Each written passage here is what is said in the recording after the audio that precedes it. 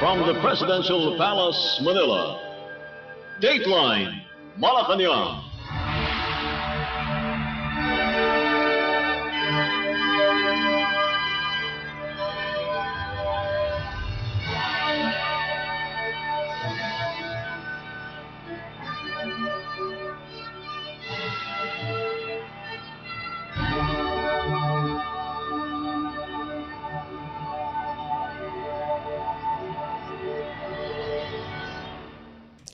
Good day, this is Dateline Malacañang, and here are the news. Former Philippine President Rodrigo Duterte was placed under police custody after arriving in Manila on Tuesday morning, following an arrest warrant issued by the International Criminal Court, or ICC. In a statement, the Presidential Communications Office, or PCO, said the arrest warrant was received by the International Criminal Police Organization, or Interpol, Manila from the ICC early Tuesday. Duterte arrived in the Philippines via Cathay Pacific Flight CX-907 from Hong Kong at 9:20 Tuesday morning. According to the PCO, upon arrival, the Prosecutor General presented the official ICC notification confirming the arrest warrant of Duterte. Duterte is facing crimes against humanity before the ICC for his bloody war on drugs. The PCO assured the public that the 79-year-old Duterte is in good health and was immediately examined by government doctors upon his arrival. The PCO said the Philippine National Police, or PNP, officers who enforced the warrant were also equipped with body cameras to ensure transparency throughout the operation. The government earlier said it would not cooperate with the ICC investigation against Duterte. However, it noted that the country will be obliged to act in its obligations to the Interpol. Dateline Malacañang. Philippine President Ferdinand R. Marcos Jr. held a press briefing to let the public know that the national government followed all the legal procedures in the arrest of former President Rodrigo Duterte.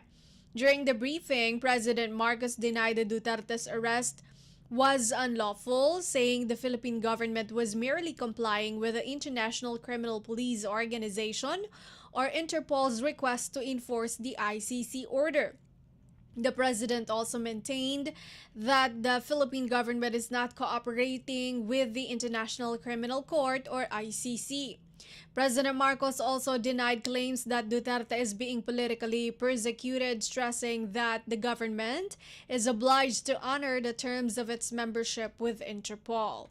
The chief executive said there is a physical copy of the arrest warrant against Duterte, and it would be made public for transparency. The plane carrying former President Rodrigo Roa Duterte took off at 11:03 p.m. this evening and exited Philippine airspace.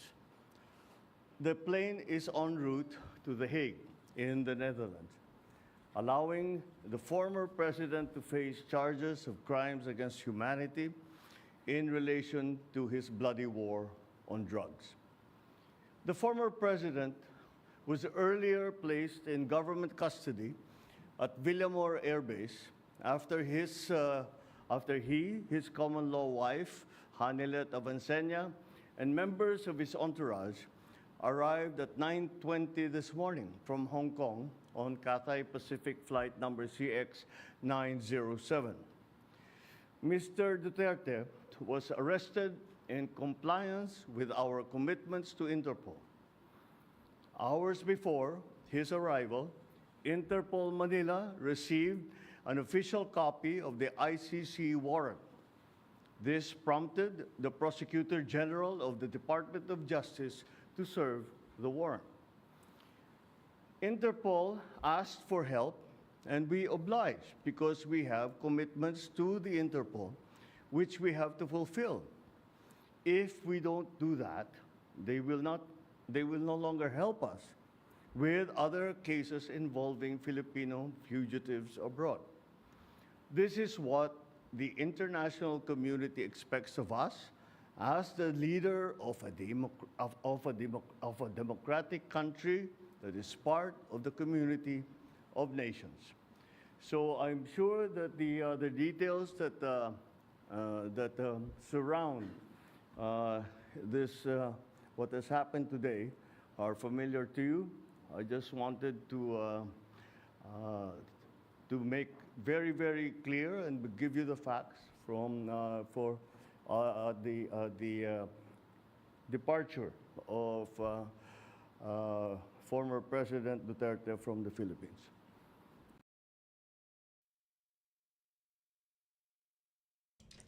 Duterte was taken into police custody on Tuesday morning upon his arrival at the Ninoy Aquino International Airport, Terminal 3 in Pasay City from Hong Kong, and was transferred to Villamor Air Base.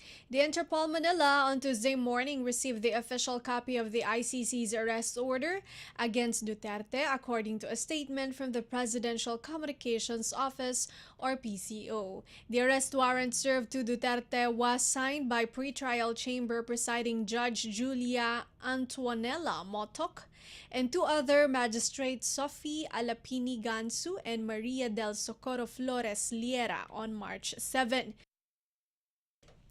The ICC is investigating Duterte for alleged crimes against humanity in connection with the deaths associated with his war on drugs when he was mayor of Davao City when he was mayor of Davao City and President of the Philippines.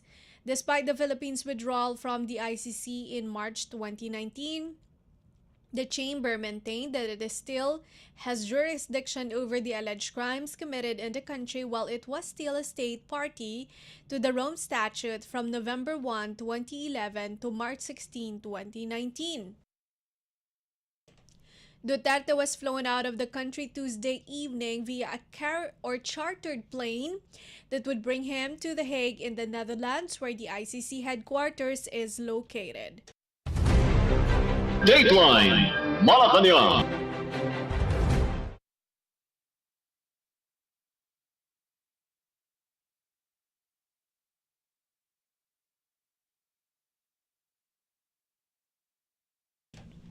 Meanwhile, the International Criminal Court, or ICC, has issued the arrest warrant against former President Rodrigo Duterte to ensure his appearance before the tribunal in connection with its investigation of his bloody war on drugs.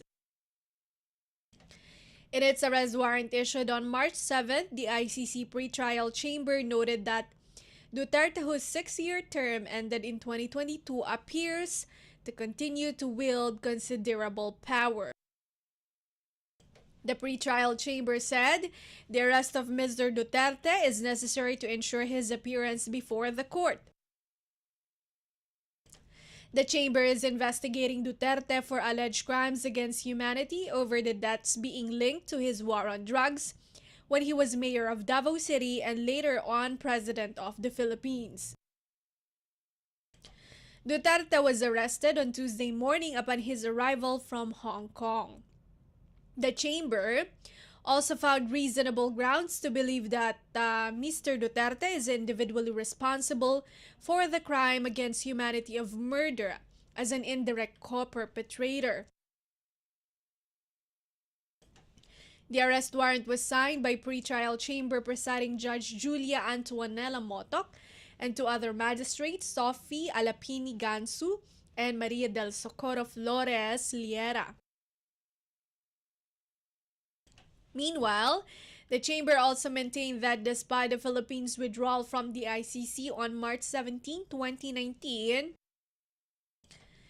it still retains jurisdiction over the alleged crimes that occurred while the Philippines was still state party of the Rome Statute, specifically from November 1, 2011 to March 16, 2019.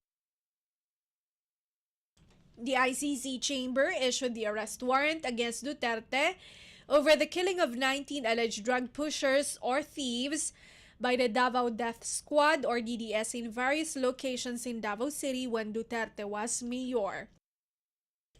The warrant also covers the killing of 24 persons believed to be drug pushers, thieves, or drug users during Duterte's term as president. Dateline Malacañang.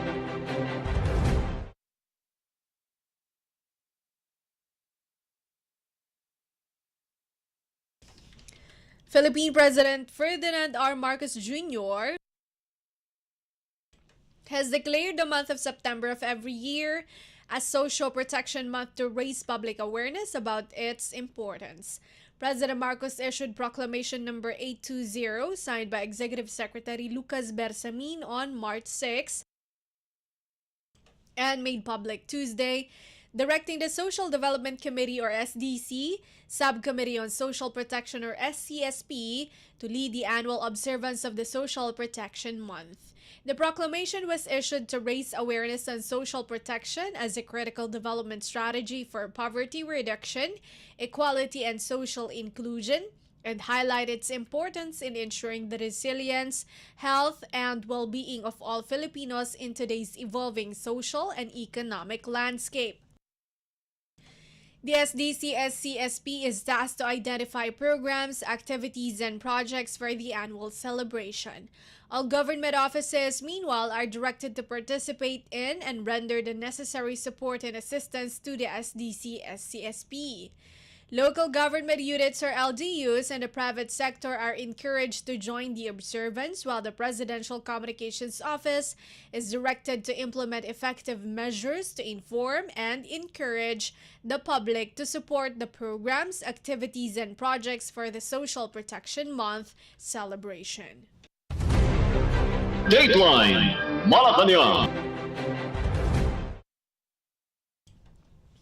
Meanwhile, Philippine President Ferdinand R. Marcos Jr. also issued Proclamation number 821 creating a new special economic zone in Tagbilaran City, Bohol Province. Under the proclamation inked by the President on March 6, 3 parcels of land with an aggregate area of 11,237 square meters in Nampas, Tagbilaran City has been designated as an Information Technology or IT Park. According to the proclamation, the IT Park located at corner H. Zamora Street and Satellite Road in Dampas Village will be known as Tagbilaran Uptown IT Hub 2. Proclamation 821 was issued upon the recommendation of the Philippine Economic Zone Authority or PEZA's Board of Directors and by virtue of Republic Act or RA 7916 or the Special Economic Zone Act of 1995 as amended by RA 8748. In 2021, Proclamation 1151 was also issued designating a 13,866 square meter land along Raha Sikatuna Avenue in Dampas as an IT park now known as Tagbilaran Uptown IT Hub. The Tagbilaran Uptown IT Hub is the first IT park in Bohol Province. RA 7916 signed into law on February 24, 1995 aims to encourage economic growth through the development of special economic zones called eco-zones. Special economic zones are defined in the law as selected areas with highly developed or which have the potential to be developed into agro-industrial, industrial tourist or recreational, commercial banking, investment, and financial centers. An eco-zone may contain industrial estates, export processing zones, free trade zones, and tourist recreational centers. IT parks are hubs entitled to all benefits given to special economic zones to make it more attractive to foreign investors who would want to set up their own business process outsourcing offices. Dateline Malacañang. Slovenia wants to attract more Filipino workers in the country as it signs a new deal on labor mobility with the Philippines. At a joint press briefing in Manila with Foreign Secretary Enrique Manalo, Slovenian Foreign Minister Tanya Fayon announced that she would sign the Memorandum of Understanding or MOU on labor cooperation with the Department of Migrant Workers or DMW.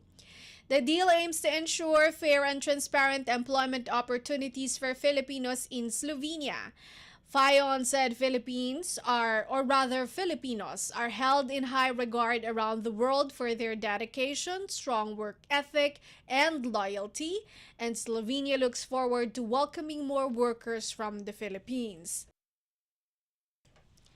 Based on the latest data of the Department of Foreign Affairs, or DFA, there are some 413 Filipinos in Slovenia, mostly clerical support workers, service and sales workers, technicians, and associate professionals.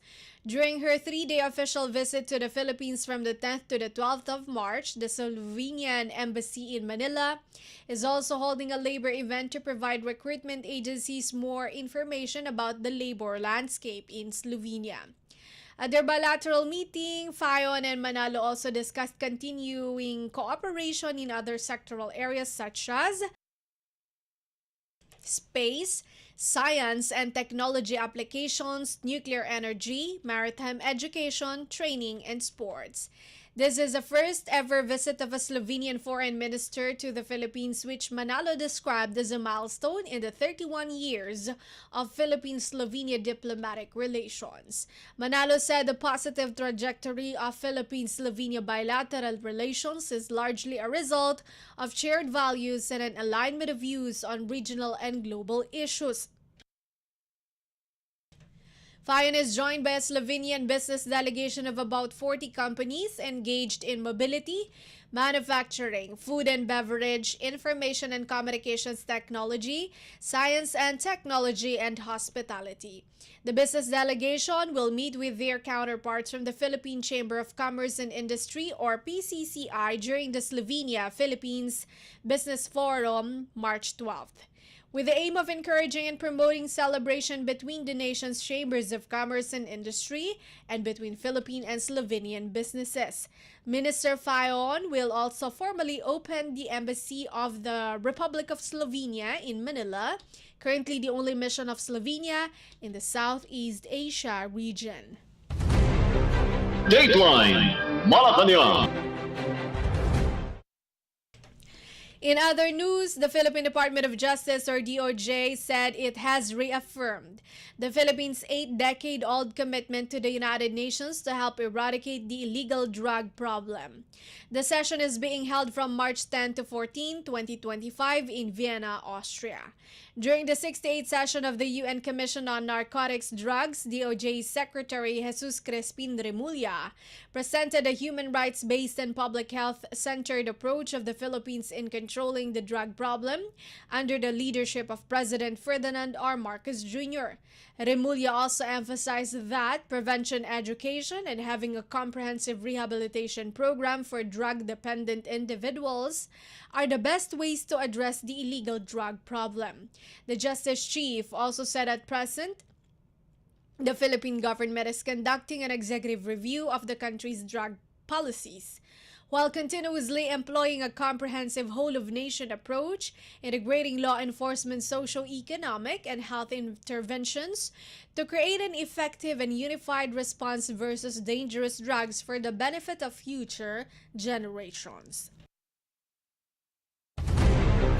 Dateline Malacañang.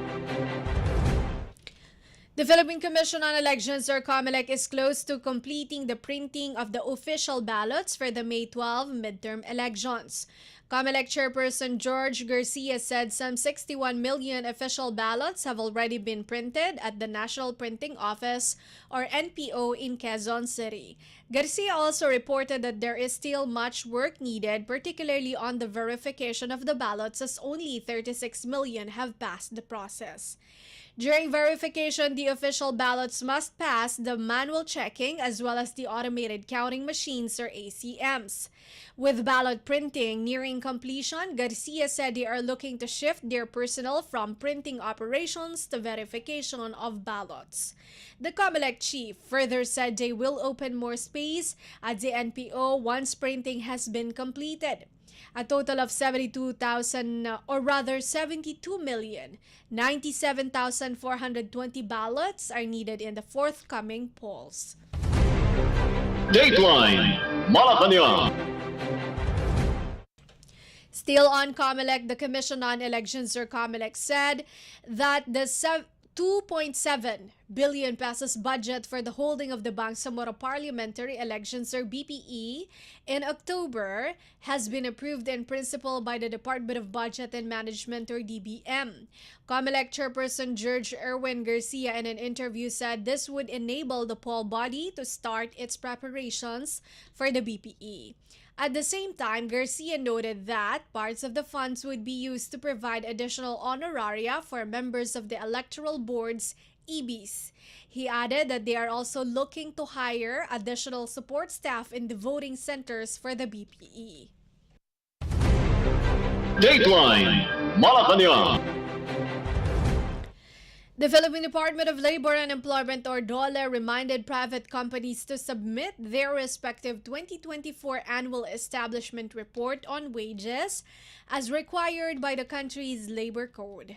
In a social media post, the DOLE said it expects all establishments in the private sector to submit their respective reports from March 17 until June 30. Reports may be submitted at the DOLE online compliance portal. DOLE advised the public that inquiries may be sent via email at wage.report@nwpc.dole.gov.ph or call the wage report hotlines 8527-5519, 8527-8011, and 0917-863-0855. It said those with questions on the report's submission may seek assistance from Monday to Friday, 7 in the morning to 6 in the evening. Dateline Malacañang. The Philippine Air Force or PAF said the parts of the wrecked FA-50PH fighter jet and other ordnance it carried underwent controlled detonation. PAF spokesperson Colonel Maria Consuelo Castillo said in a press briefing in Camp Aguinaldo, Quezon City. Castillo did not mention where the operation took place but stressed that this was done in coordination with the local government units and communities near the area where the crashed FA-50PH with tail number 002 was located. The wreckage of the fighter jet and the bodies of its two pilots were located on March 5th in the vicinity of Mount Kalatungan in Bukidnon, after the aircraft was reported missing a day before. When asked what specific part of the FA-50PH was detonated, the PAF spokesperson said these are remnants that are not important. Castillo said this operation was also done based on the assessment of the PAF Explosive Ordnance Disposal Team. Dateline Malacañang. Slovenian Foreign Minister Tanya Fajon on Tuesday expressed support to the Philippines' bid for a non-permanent seat at the United Nations Security Council or UNSC. Like in Manila, Fajon said the promotion and respect of international law is of extreme importance to Ljubljana. Today's challenging and complex geopolitical environment, she said, more than ever highlights the great importance of adhering to international law. Foreign Affairs Secretary Enrique Manalo, for his part, agreed that the best way forward against the backdrop of the present geopolitical situation is cooperation and commitment to a rules-based order. During their meeting, Manalo and Fajon also exchanged views on key international issues, including developments in the Indo-Pacific and the West Philippine Sea, Ukraine, and the Middle East. On the issue of the South China Sea, Manalo said they both emphasized the importance of a free, open, and inclusive Indo-Pacific region. He said Fajon expressed solidarity with the Philippines when it comes to the security and the observance of international law in the South China Sea. President Ferdinand R. Marcos Jr. announced the country's UNSC bid during the 77th session of the UN General Assembly or UNGA in September 2022, saying the Philippines' peace-building efforts make it qualified to be part of the UN body. Elections for the UNSC 2027 to 2028 term will take place in June 2026 in New York. The Philippines was previously elected as a non-permanent member of the UNSC in 1957, 1963, 1980 to 1981, and 2004 to 2005. Dateline Malacañang. Finally, for Dateline Malacañang, any action that promotes security is a step in the right direction, Slovenian Foreign Minister Tanja Fajon said. Fajon made the remark when asked on her opinion on the creation of an Asian version of the North Atlantic Treaty Organization, or NATO, as a likely deterrent system in the region. Citing Slovenia's experience with its alliances, the foreign minister said membership to the NATO had been Slovenia and Europe's best guarantee for collective security. Foreign Affairs Secretary Enrique Manalo said there had been no formal discussions about the creation of an Asian NATO in regional meetings that the Philippines is part of. He believes that partnership of a bilateral, trilateral, and multilateral scope would be the most suitable for the needs today.